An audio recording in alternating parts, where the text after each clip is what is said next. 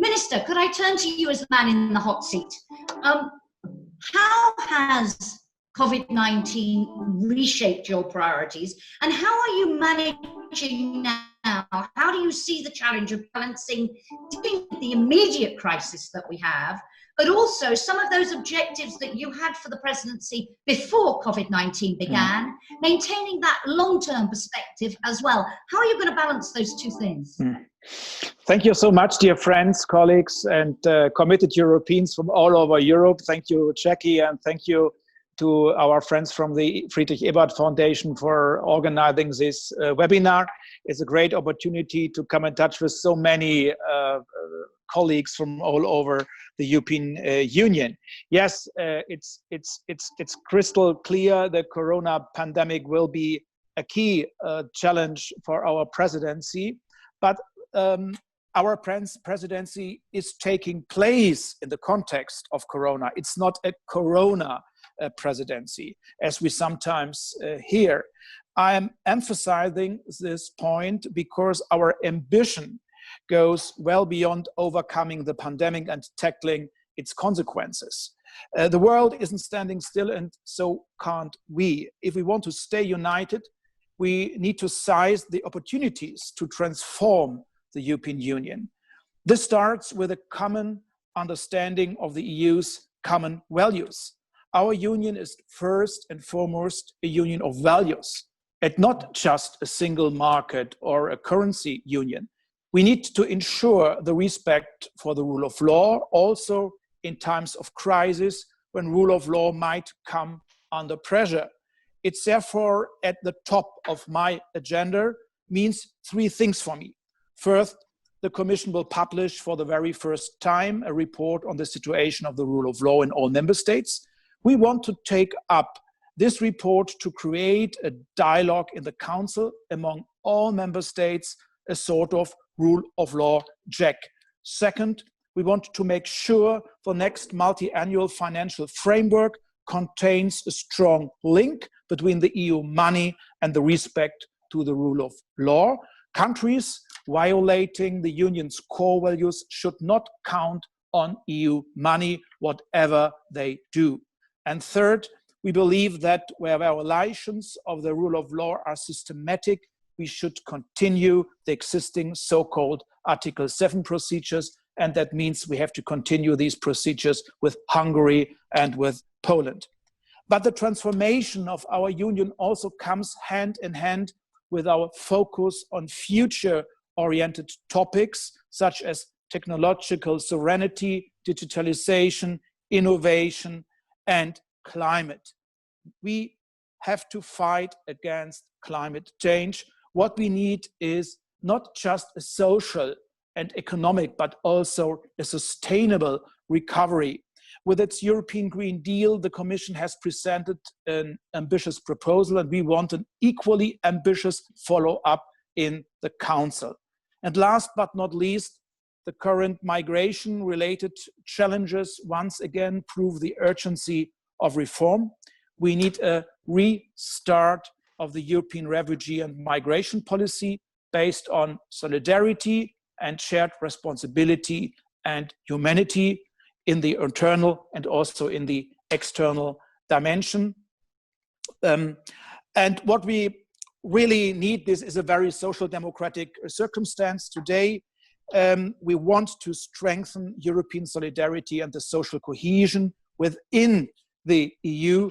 The pandemic has shown that vulnerable people are hit particularly hard and that inequalities are rising. So this is a long list of priorities, but Europe means always team play. And that means without a strong commitment and strong support of our friends and allies across the European Union, it won't work. And I count on you. Okay. Thank you very much. Lots to come back on in there. Just one housekeeping point. I see some people are using the chat box to ask questions to our panel. Can you please use the Q&A box? I can't monitor several boxes at once. And if you have an IT question, some of you are using the Q&A button for that. Could you use the chat button if you have a problem, and the Q&A button for your questions? But Margarita, if I could come to you. So Mikhail wrote there very much spelling out those key things for him. The rule of law, and we'll come back to that, I hope, later in the context of the MFF and the conditionality debate that is going on at the moment, that social, economic and sustainable recovery, and he also pointed to migration, those his key priorities. What do you see as the most important issues for this next 6 months, when, as Mikhail Roth indicated, they are the team player, but the captain of the team, if you like, for 6 months? Thank you very much. First of all, I'd like to congratulate the Friedrich Ebert Foundation to organize this debate. It's very, very useful. And to have this debate with the progressists is very, very interesting, because I think that we need to have an answer. We need to have an European answer. And also, I'd like to give a word to Rainer Neumann from the Lisbon Friedrich Ebert Foundation. And I think that we are doing a good job in Portugal. It's why this word was needed. It's very interesting that Portugal is the next country to have the presidents of the Council of the European Union after Germany. So to work together with Germany, it's very useful. So congratulations for this initiative. It's very interesting that today the European Parliament published some figures on a study that the European Parliament developed on the ambition of European citizens to the European Union. And the point was, which is priority? It's to answer to coronavirus crisis, or there are something more than to answer to the coronavirus crisis. And the biggest part of the citizens says the priority is to answer to coronavirus crisis, but we can't forget the ambition of the European Union. This is a key point. And I think that this is a key challenge for the German presidency and from this European Council this week, because what I feel is that the Recovery Fund is strong to give an immediate answer to the coronavirus crisis, but the MFF is too weak.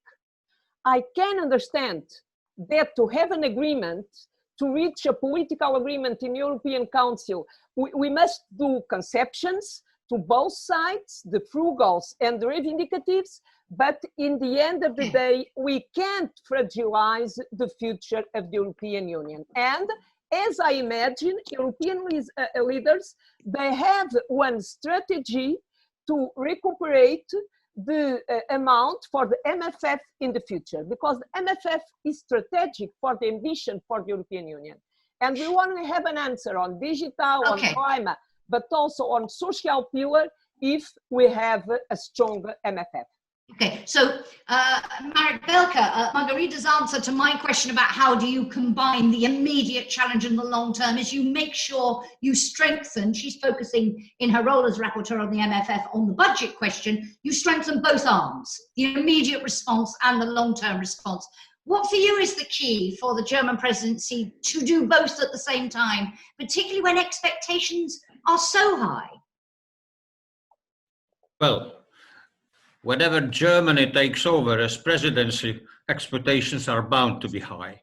That's I guess, the privilege, but also the responsibility of Germany. What we expect from Germany first is take leadership, decisively and unequivocally, leadership. And directly answering your question, Jackie, well, the Recovery Fund is a good symbol of both the immediate response and the long-term evolution of the European Union. At least it has a potential of changing the European Union institutional fabric for long. I would also appeal to the Germans to to take up the issue of European Union's own resources. As a matter of fact, this is not just about money. It's really about building a European Union that is strong, that has fundamentals for its global role and the global role of its currency. So as long as the European Union depends on the contributions of the countries from the budgets, it's going to be difficult. Own resources like the financial transaction tax once proposed by German finance minister Wolfgang Schäuble, who made it very clear: we want the financial sector to slow down. Yeah. Well, for all that deal with financial issues, as I have dealt, this is crucial. But also it would bring own resources, not only FTT, but also other taxes are in play. This is something I would urge the Germans to take full speed in. Thank you very much. Thank you. Mikhail Roth, let's first turn to the budget. And obviously we have the first physical summit since COVID-19 began later this week. Angela Merkel said it's a long way to go to get a deal. She had a meeting with Giuseppe Conte, the Italian premier, this week. Can I ask you, number one, how confident you are that a deal can be done either this week or maybe if we need another summit, but soon, quickly? And linked to that, do you believe, going back to your point about the recovery needs to be social, it needs to be economic, it needs to be sustainable, that the deal that emerges will be all of those, that we will balance the economic with the social? And maybe a reaction also to the comments about the MFF being too small and the idea of own resources. So how do you see that argument playing out this week? We'll come to the rule of law question in a moment, if I might. Jackie, we have to send a clear signal to the countries and economic sectors which are most affected by the crisis that we are willing and able to act right now. So we need a swift decision as soon as possible, I hope in July.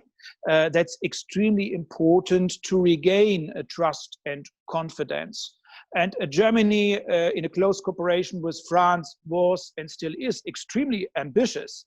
That's what we really need, and we are also creative. We agreed, or we made a very ambitious proposal. The Franco-German recovery package was still is the basis for the Commission's proposals, and so this is the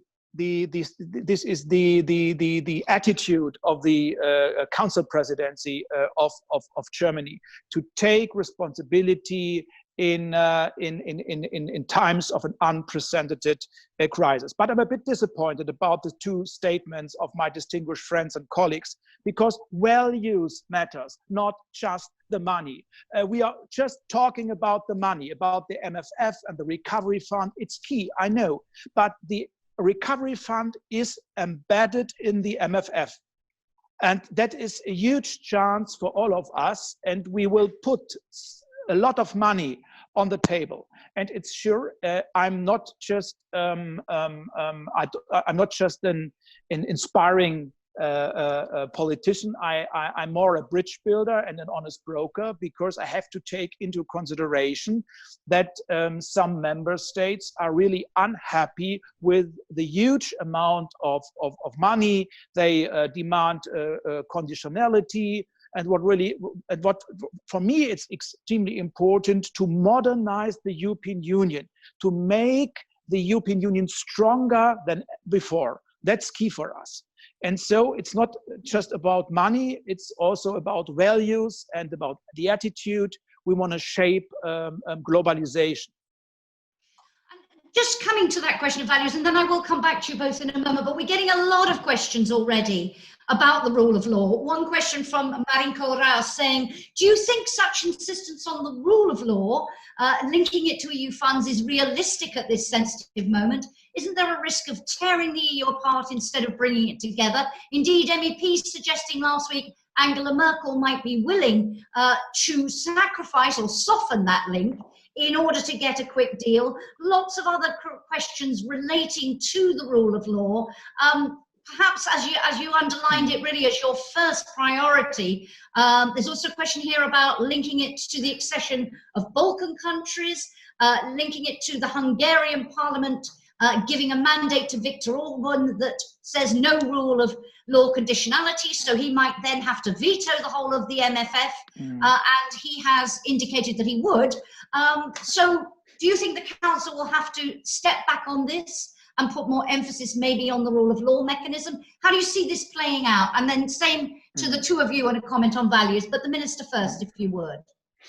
As a committed European, I remain an optimist, but yes, it's obvious it will remain extremely difficult to convince all our partners within the European Union, and unity is key for us. We need a political consensus with 27 member states, but also with the European Parliament. And that was my observation when I had the privilege to attend the plenary meetings last week in Brussels, from the Conservatives to the Progressives, the Liberals to the Greens.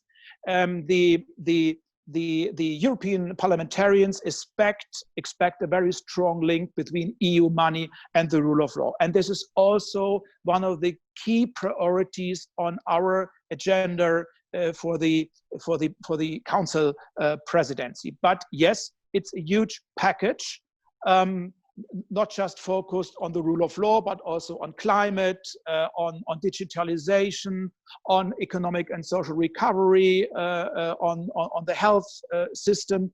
And so I hope that our distinguished allies will also emphasize the need to strengthen the rule of law within the MFF.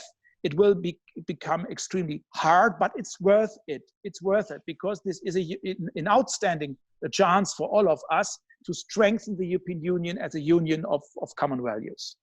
Thank you. And indeed, question from someone on what are our core values? What will the transformation be? A transformation into what, says the questioner. Marek Belka, for you, this question of values, the rule of law, and that trade-off implicit in so many of the questions from the audience that the Minister just addressed. We need a deal, we need it fast, but this could stand in the way of a deal. How much importance do you attach to the Commission sticking to its guns on this during the negotiations at the summit? Well, I have started talking about money because of my professional experience, but also this is the most effective lever to talk also about the rule of law. I mean, there is probably no more in Europe now who has the right to speak about rule of law and the breaches of rule of law 2 days after the presidential election in Poland, where we had these issues very much in discussion. Well, I think that what we need is, first, I'm all for linking the issues of rule of law and the breaches of rule of law and the privileges, so to say.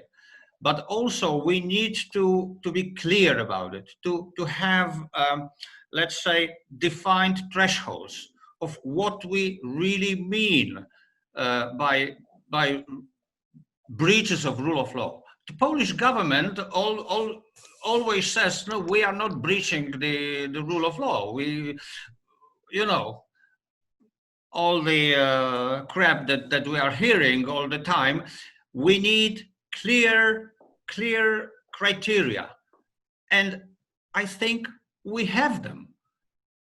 Simply, they have to be spelled out very clearly, very strongly by the leaders, so that there is no tinkering, no meandering. I'm all for it. But also, it's not only rule of law, it's also climate issues, climate neutrality. Poland happens to be the only country that has not yet committed to it. Why not? It's against the interest of my country. Thank you.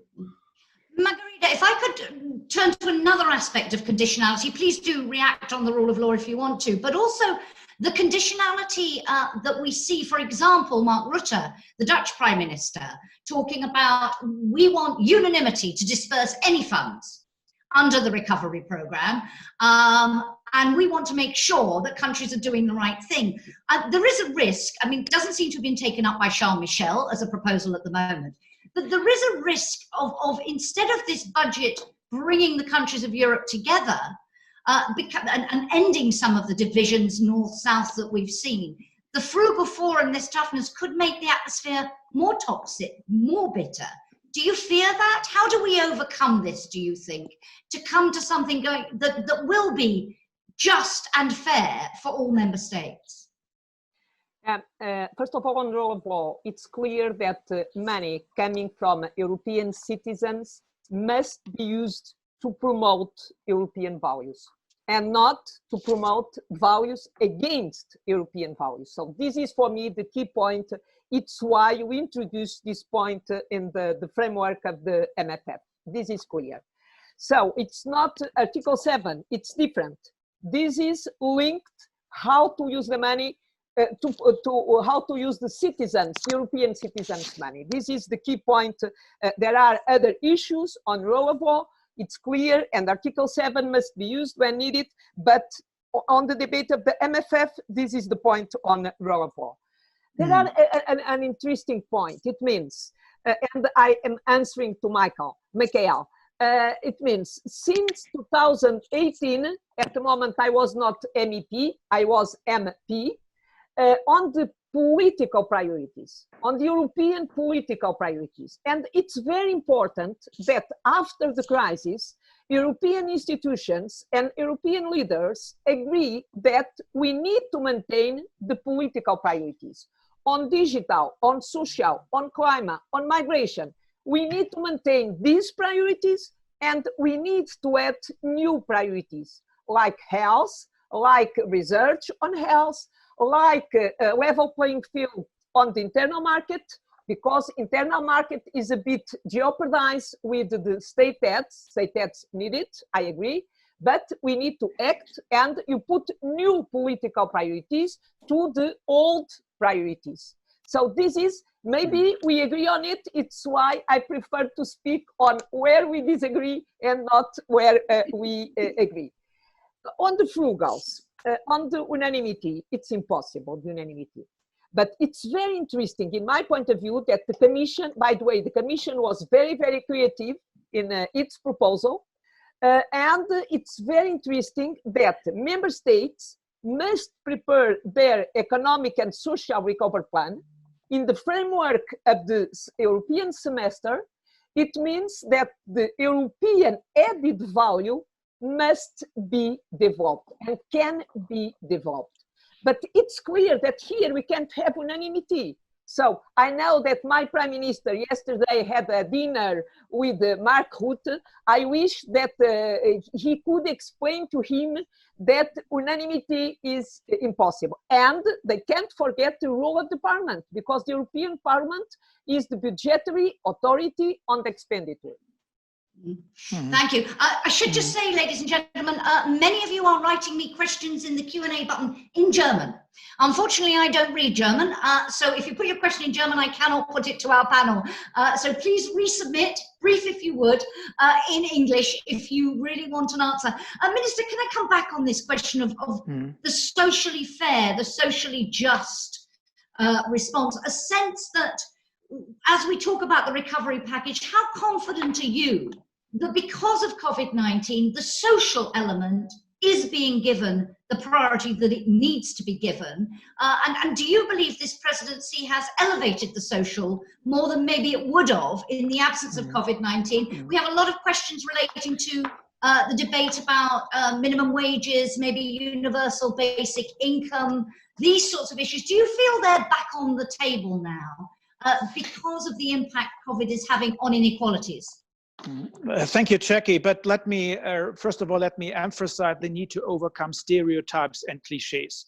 Frankly speaking, I trust my friends in the Mediterranean. I trust my friends in Spain and in Italy who had to suffer a lot. They are very much interested to modernize their economies and their welfare states. And we should take the chance to support them to express solidarity. And that brings me to social policy.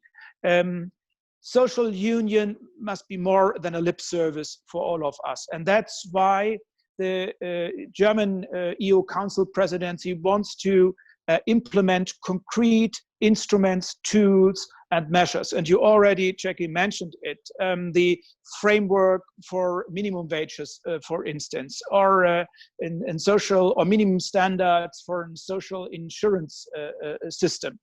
What we really need is to overcome the economic and social imbalances within the European Union.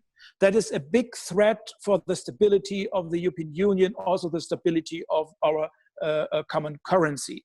So we have to establish new instruments and tools, but it will be extremely difficult because some member states don't believe that the European Union needs new competences. So what we have to do must be full in line with the EU, with the existing EU treaties. We have to be as creative as possible, but without concrete measures and instruments, it won't work.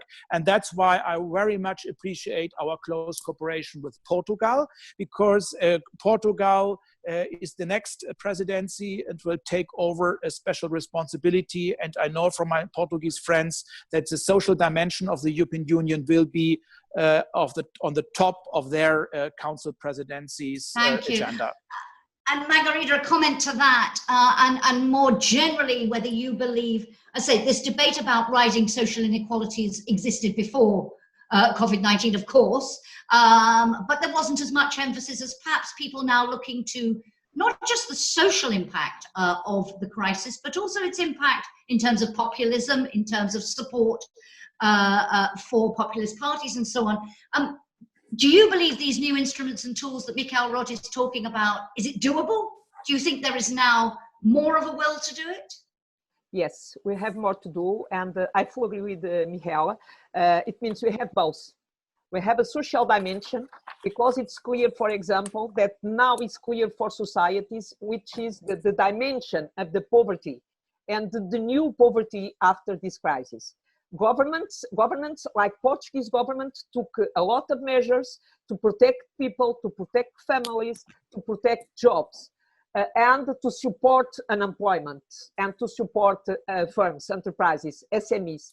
But this is the first step. But it's clear that we need to act.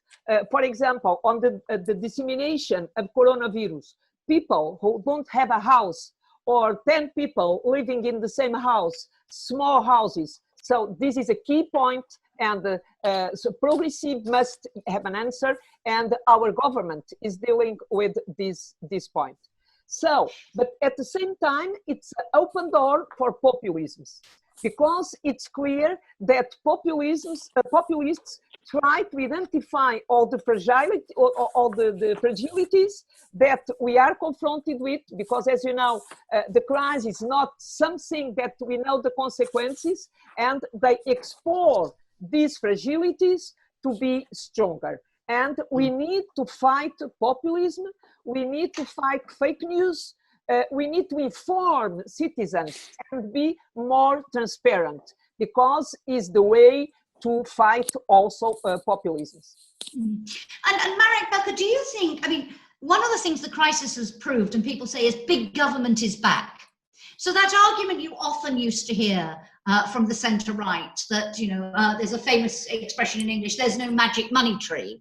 And then faced with a crisis of this scale, governments at national level, and we hope at European level, are finding the money to respond to an unprecedented situation.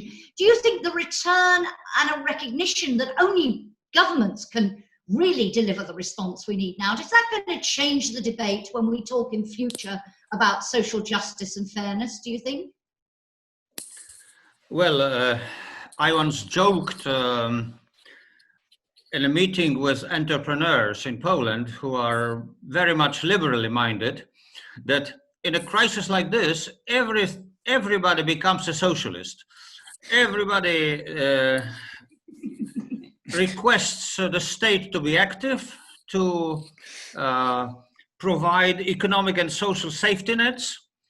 And once the crisis is over, well, what do we have to do? We have to bear the consequences. And the consequences are probably higher public debts, are probably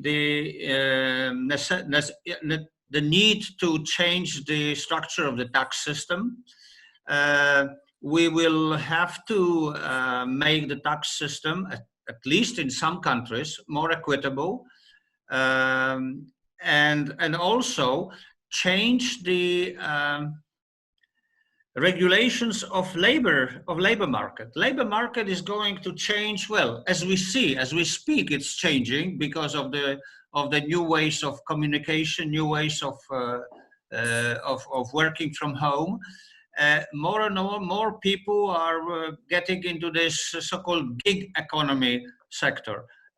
But, well, how do we care about these people? Younger people who enter the labor force as gig economy participants, they don't care about, naturally, they don't care about pensions, about unemployment benefits even, but they should be. And crises like this are like a wake-up call. So the European Union also, not only the countries, but the European Union should set some minimal standards of how the labor market, this new labor market, should be regulated, organized, and kept alive, simply. Thank you very much.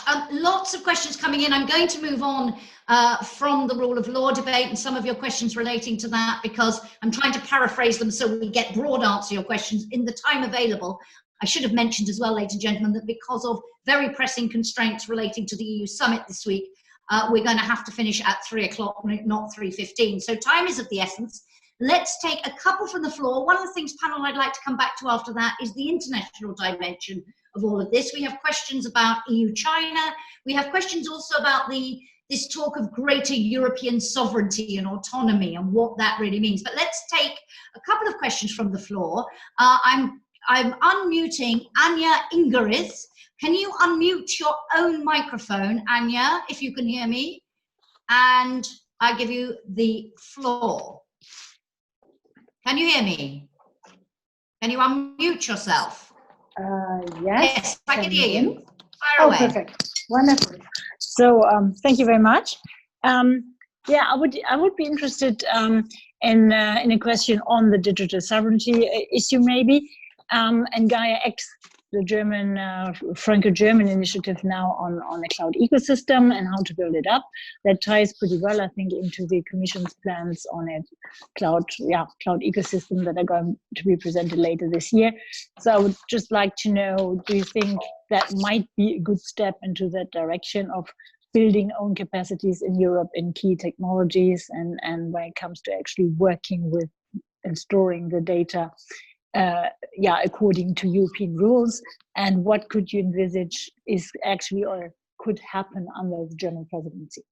Thank you very much. And Klaus Wittmann, can you unmute yourself? Can you hear me? Yes, we can. Fire away. Yes. I am Klaus Wittmann, Aspen Institute, Germany, and I have a question to the minister. Guten Tag, Herr Staatsminister. Talking about the rule of law, I am also interested in the rule of law beyond the European Union. And my question is, are you optimistic that a common EU position towards China will emerge? Thank you very much for that, neatly bringing us to the topic. And as I say, lots of questions. A broad one, Minister, perhaps we could wrap this in together. How will Germany's presidency strengthen the international role of the EU, especially considering the B word, Brexit, as well as the great power competition between the US, China and Russia. Lots of questions about China and whether there'll be an attempt to really harmonize different member states' approaches. So perhaps we could wrap all of that in together, if you would, and then we'll come back to the digital sovereignty question afterwards. Thank you. In terms of nationalism and populism, is extremely important to defend the European model also on the global stage. It's not just a challenge within the European Union, it's also a challenge on the global stage, because many states and global actors don't share our values. And that means we have to make clear we are much more than a single market. We are first and foremost a union of common values. And it's key to speak with one single voice based on a comprehensive approach. And that's not just a challenge for in our relation to China or to Russia. It's also extremely challenging in our relation to United States of America. We would like to strengthen multilateralism on the global stage. It's also a key, and it's a question of self-confidence. We have to, values are much more than just a lip service in our diplomatic activities. China, I would like to point out it very briefly. China is extremely important for us. Unfortunately, some partners within the European Union focus our relations with China just on trade and economy. That's not enough. Climate is another key element in our relation with China. China has to play a constructive role in on the global stage and also regarding climate. And another issue is also important, that the values and human rights. We have to speak out in a constructive way, and that is extremely challenging because many member states focus their relations just on the trade issue, and that's why the Leaders Summit with the heads of states and governments of the European Union are so key for us, because it's a chance for us to express a mutual understanding of our relations to China. And what we really need is also a joint diplomatic approach regarding Russia and also the United States or the Middle East. And another point I would like to emphasize is digitalization. Strengthening the European digital and technological sovereignty is an important priority of our presidency. And the Corona crisis has emphasized even more the importance of a sovereign European IT and data infrastructure. So a lot remains to be done, and I hope that we can agree on that, because I know that digitalization is a very sensitive issue for some member states. Can I just add, and then I promise I'll come to Marek and to Margarita. There's a question to you saying on this question of sovereignty. There's been much discussion lately on redefining economic sovereignty for Europe, in particular with respect to production capacities and supply chain. Some of the pledges to secure this sovereignty fall under the old mantra of nationalism, Euro-nationalism. How do we distinguish between autonomy, sovereignty, and protectionism and nationalism? To you, Minister, and then to both Margarita and Marek, please. We, Jackie, we do believe in the strength and in the potential of free and fair trade. That's a key element in a globalized world, but we need to be fair. And it was a big threat for all of us that we are not able to protect our people facing an unprecedented crisis. And that is the only reason why we have to strengthen European sovereignty. It's all about protection. We will have to protect the people in our EU member states. And so focused on medical healthcare, focused on technical equipment, it's key to strengthen sovereignty. But self-confidence, again, is extremely crucial for us. So this, Marek, very much part, getting this balance right of protecting people without slipping into protectionism, for you a key part of the progressive response to COVID-19? How do you see this crucial issue? Well, first, when we looked at the first reactions to European response after the COVID crisis broke out, well, first there was disappointment, dissatisfaction, too little, too late, you know, all the usual things that are told about the European Union by Eurosceptics. And then very quickly, the Commission first, and then all the institutions reacted, and reacted forcefully. And let me quote one opinion poll that was performed in Italy right after the crisis, after the famous or infamous Bergamo crisis. Well, some 63% of Italians said the Europe reacted too slow and too weakly, but also, by chance maybe, 63% of Italians said Europe should do more.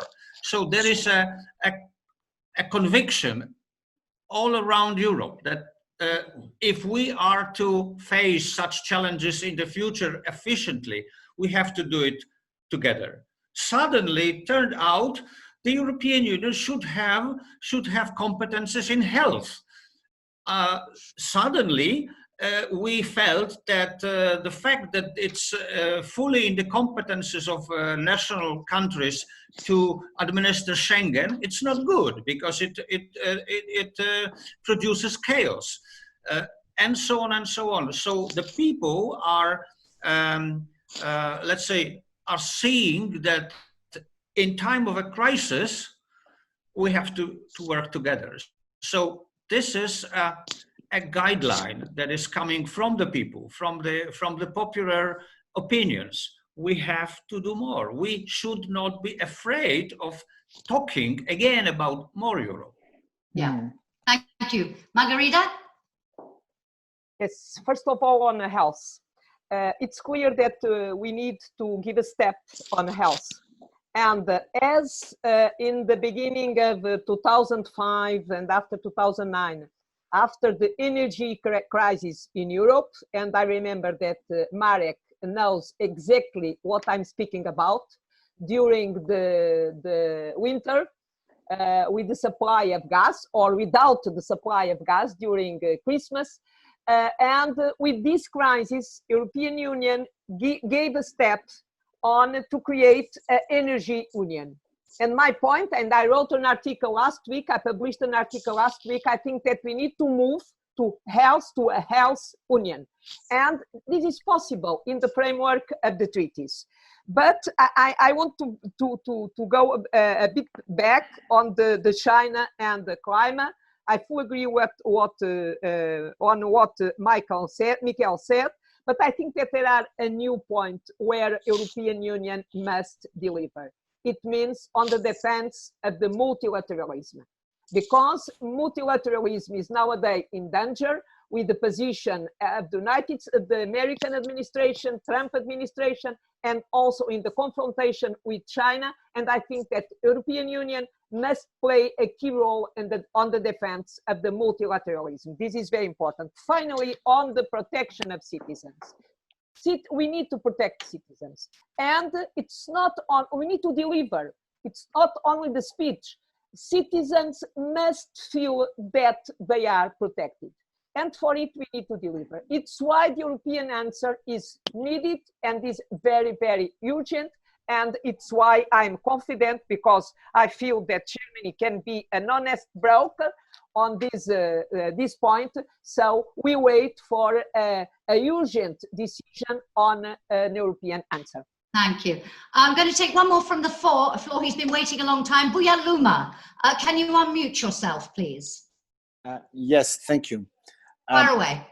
Okay, I'm from North Macedonia. Actually, I would like to have a question regarding the Kosovo-Serbian dialogue. So what we can expect from German presidency, and is it the Merkel-Macron initiative in same line with the Trump-Grenell initiative? Thank you. There's also other questions about enlargement to the Western Balkans, vision of the future for the Eastern Partnership. A lot of questions relating to our neighbourhood. Minister, can we wrap these all, I know it's impossible, but into a fairly brief reply, because then I would like to, some questions about German leadership. I know you hate the term, but there's a question here, so I'd like to address it and identify some key progressive priorities, try and identify one for each of you. But on the question of Kosovo, Serbia, the Eastern Partnership, all those neighbourhood related questions. You already know that the Western Balkans are very close to my heart, and unfortunately some distinguished colleagues in the European Union totally underestimate the role of the Western Balkans for peace, stability in the European Union. So we have to take more responsibility in the Western Balkans. We have to strengthen the visibility of the European Union. I'm very grateful to the new special envoy, Lajčák, who is in charge of the normalization dialogue between Serbia and Kosovo. Enlargement is another key element on our agenda. We would like to start the so-called intergovernmental conferences with North Macedonia and also with Albania to send some positive signals to the people, because in countries of transformation, people are sometimes a bit exhausted because they have to face a deep economic crisis. Especially the young generation is without jobs and concrete perspectives, and you can't build up a bright future for this country without the young generation. And Germany and the European Union as a whole has to take more responsibility, not just in the Western Balkans, but also in Eastern Europe. It's not, and these countries shouldn't make a distinct decision between Russia or other global actors and the European Union.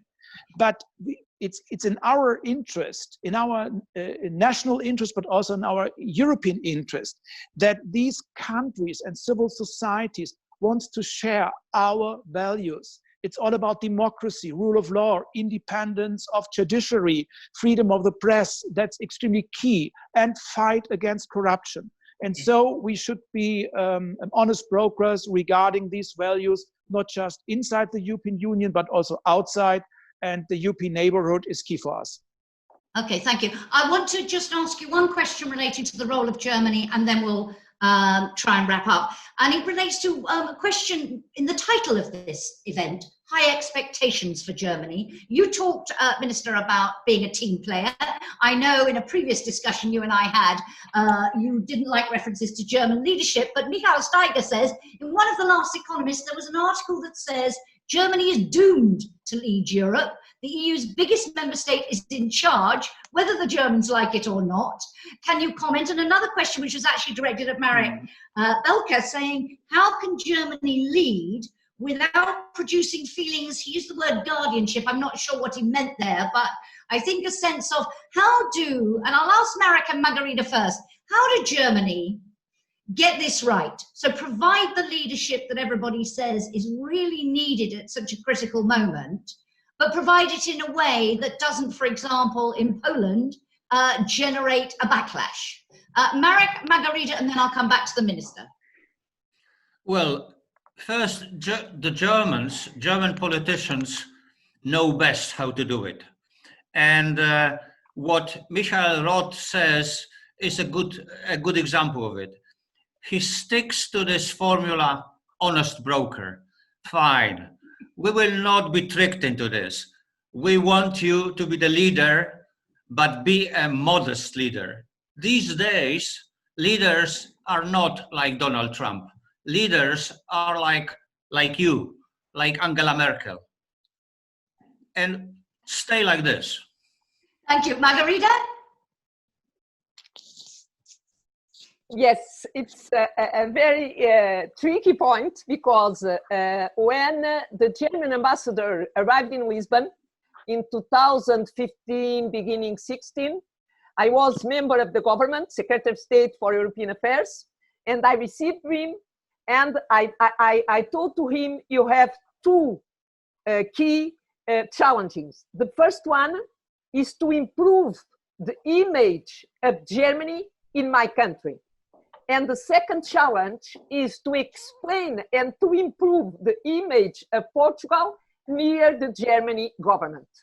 It was a key moment for the answer to the crisis, 2007, 2008. And it was clear that Portuguese people were against Germany because they had the idea that all the austerity measures were provoked by Germany. And it's not the case nowadays. The situation nowadays is completely different. And I think that Germany, like Portugal, using the presidents of the European Union, they can be honest broker, and they can agree on, and they can improve in the political priorities, and for Portugal to improve and to develop priorities. Thank you. Thank you. A very quick word on this, if you will, Michael, and then I want to ask you one very final quick question. So you may not like it, but they want you to lead.